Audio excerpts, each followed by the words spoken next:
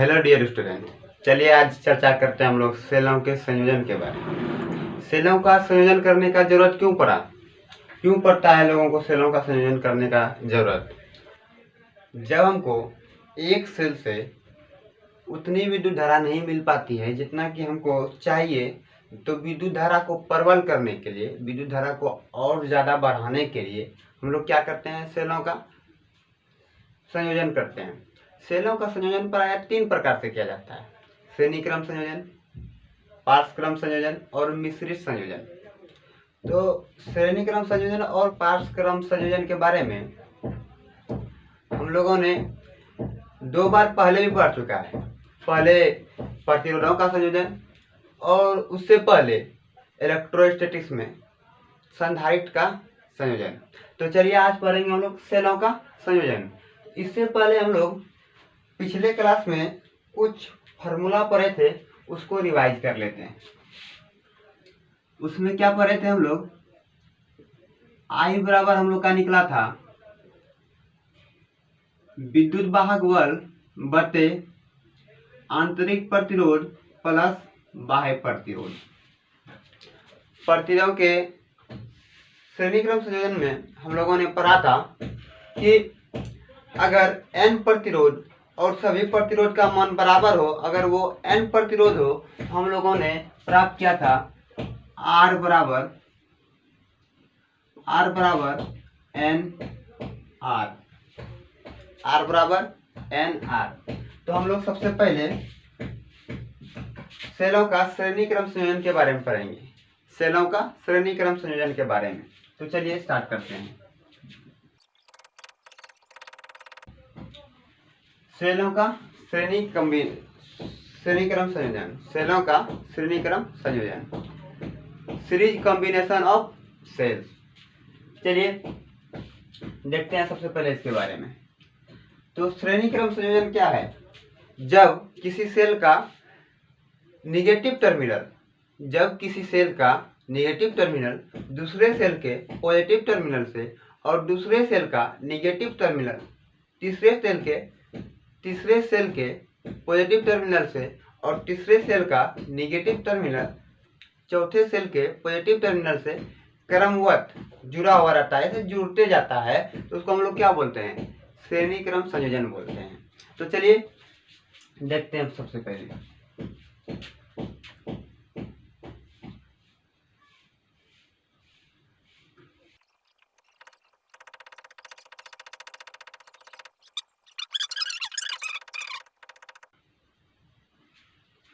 इसका आंतरिक प्रतिरोध मान लेते हैं R है, यहाँ भी R है, यहाँ भी R है।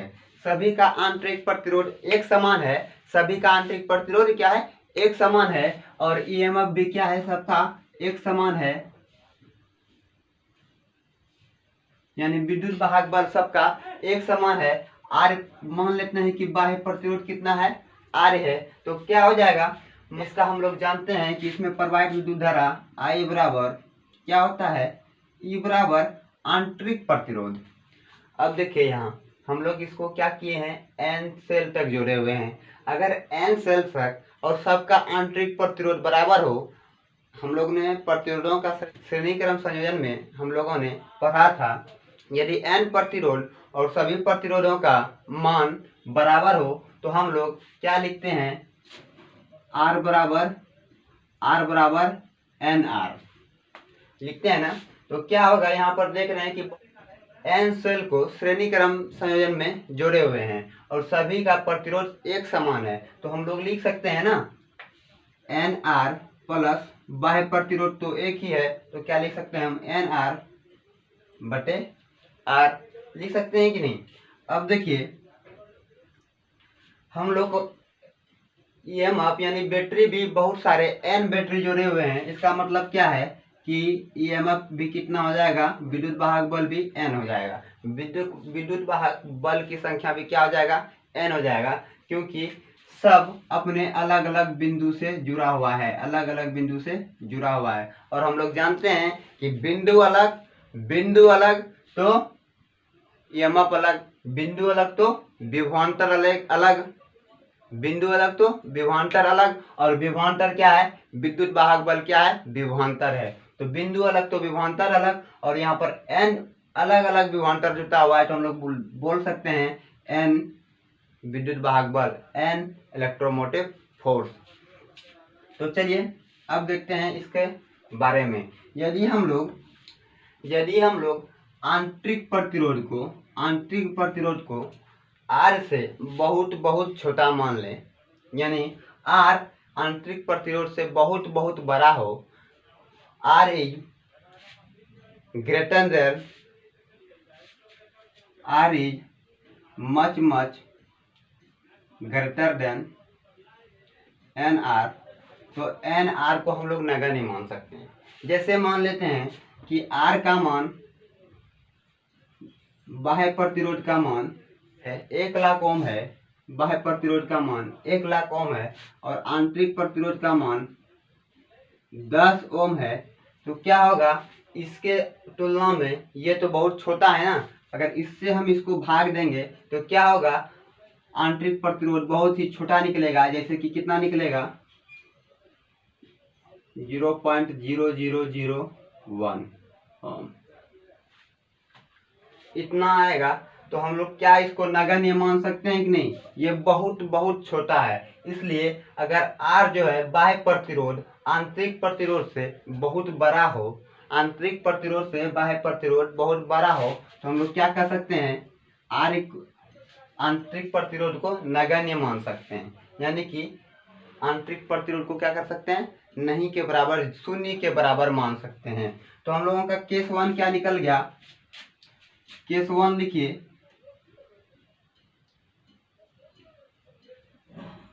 केस 1 लिखिए, जब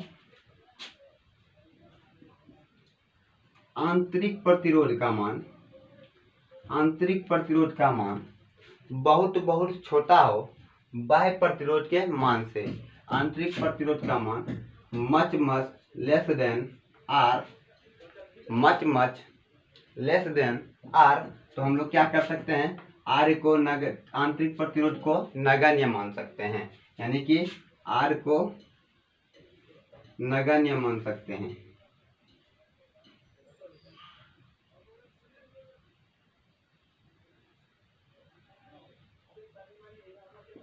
नगण्य मान सकते हैं। तो अगर हम R को नगण्य मान ले, यानी ये R अब शून्य हो गया, तो क्या बचता है हम लोगों का, NE/R। तो हम लोगों का I निकल जाएगा, क्या, I बराबर निकल जाएगा NE/R, NE/R। अब देखिए आप लोग कि यहाँ पर NE/R मतलब क्या है, कि हम लोग जितना बैटरी बढ़ाएंगे उतना विद्युत धारा बढ़ेगी। यानी कि इसको इस तरह से लिख सकते हैं, NE/R।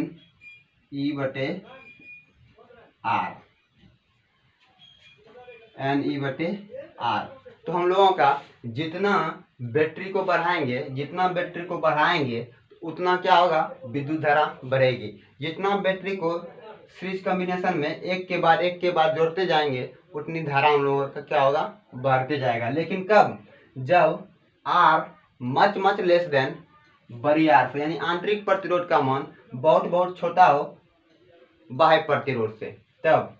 यानी कि इस श्रेणी क्रम संयोजन में जब आंतरिक प्रतिरोध का मान बहुत छोटा हो और बाह्य प्रतिरोध का मान बहुत बड़ा हो, तो हम इस श्रेणी क्रम समूहन का प्रयोग कर सकते हैं। लेकिन केस 2 में देखते हैं, केस 2 में, ये केस 1 था, केस 2 में देखते हैं,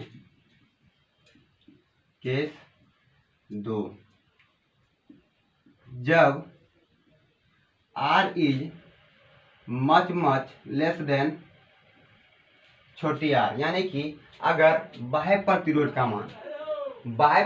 का मान आंतरिक प्रतिरोध से बहुत छोटा हो, बाह्य प्रतिरोध का मान आंतरिक प्रतिरोध का मान से बहुत छोटा हो, तो हम लोग क्या कर सकते हैं, R को यानी बाह्य प्रतिरोध को नगण्य मान सकते हैं, नगण्य माना जा सकता है।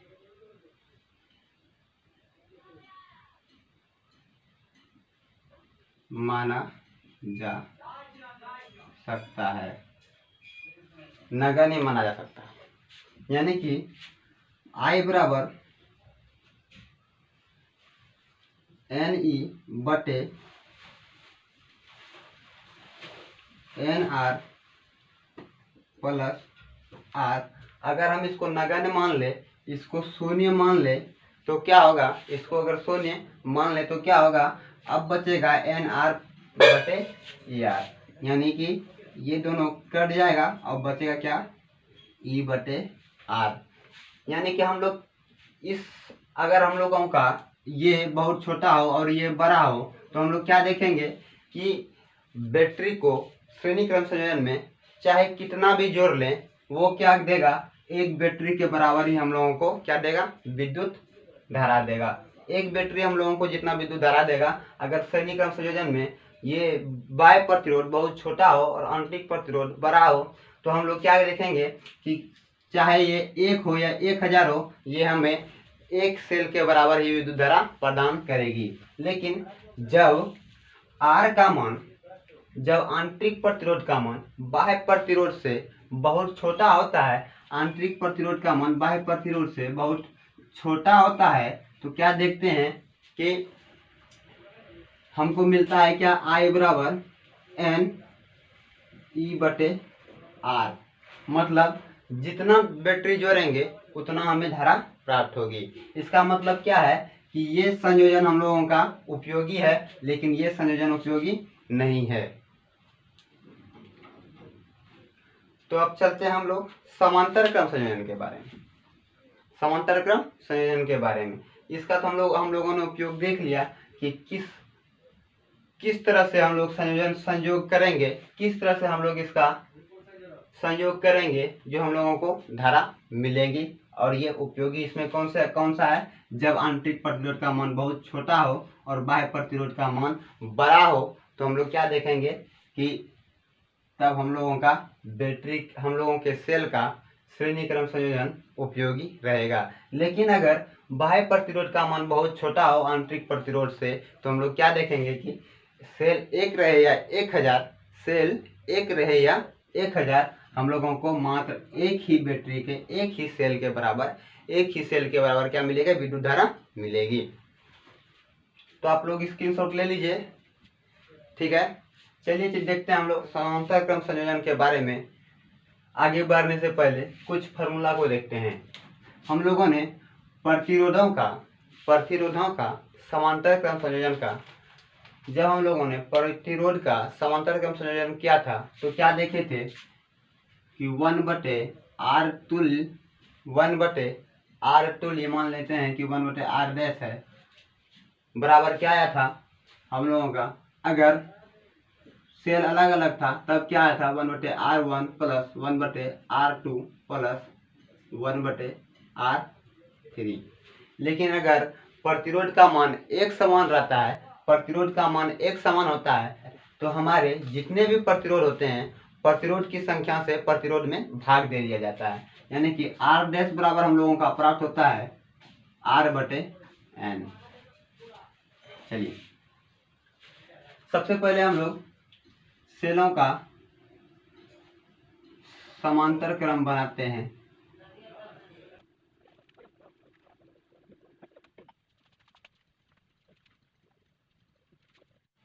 तो चलिए अब हम सेलों के समांतर क्रम के बारे में चर्चा करते हैं। यहाँ पर हम देख रहे हैं कि R बराबर हम लोगों का क्या आ रहा है, R बाय N।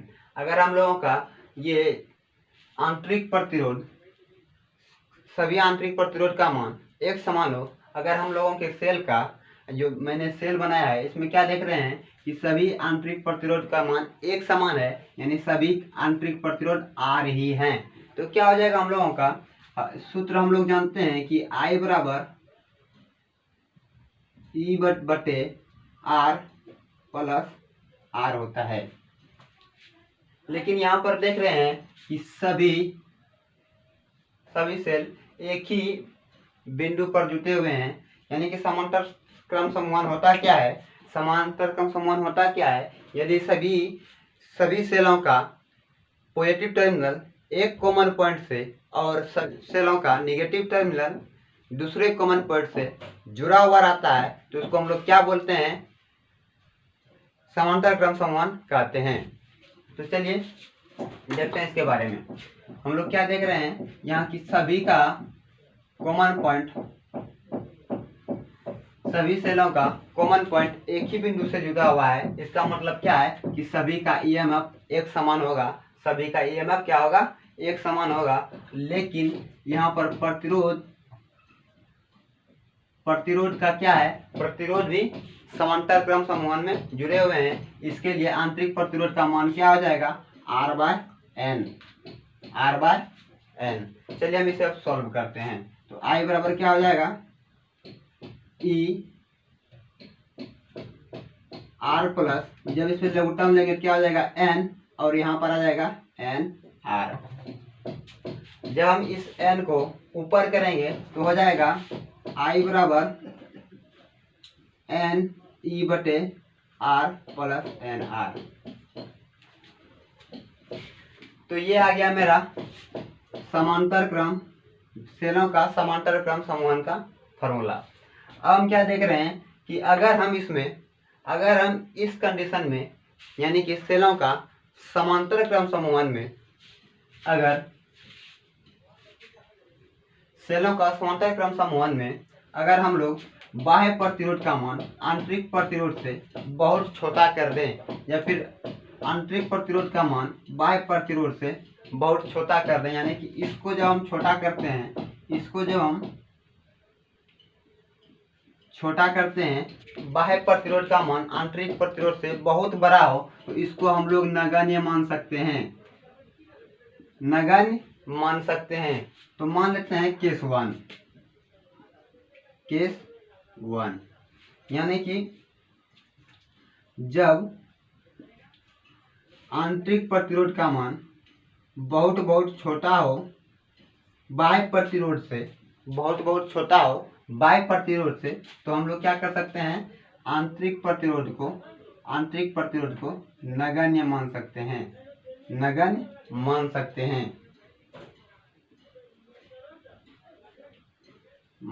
हैं।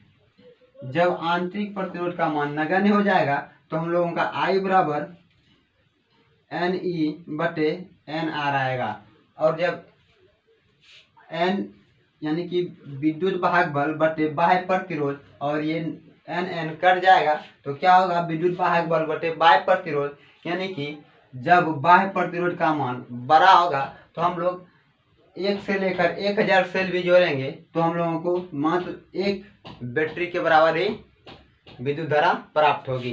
तो ये कॉम्बिनेशन हम लोगों का उपयोगी नहीं है। केस 2 में देखते हैं।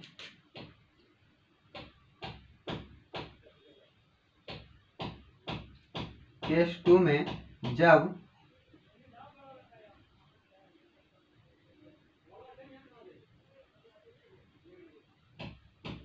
जब आंतरिक प्रतिरोध का मान बहुत बड़ा हो बाह्य प्रतिरोध से, तो बाह्य प्रतिरोध को नगण्य माना जा सकता है,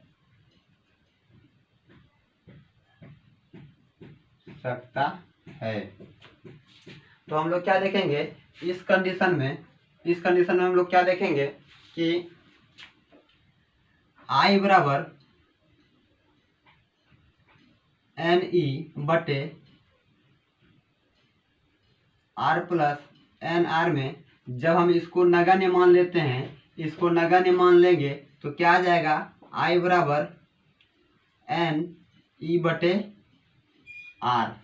यानी कि I बराबर हम लोग लिख सकते हैं NE/R।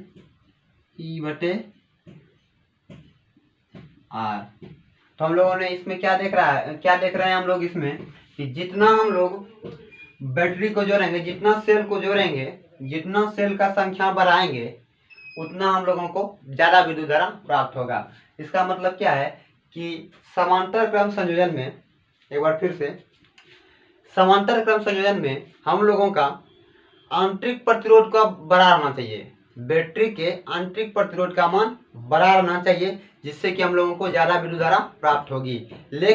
लेकिन वही अगर श्रेणी क्रम संयोजन रहे तो उसमें हम लोग क्या देखेंगे कि उसमें बाह्य प्रतिरोध का मान बड़ा रहेगा, तो हम लोग जितना सेल जोड़ेंगे, जितना सेलों की संख्या बढ़ाएंगे, उतना अधिक विद्युत धारा प्रबल होगी, उतना विद्युत धारा हम लोगों को अधिक प्राप्त होगी।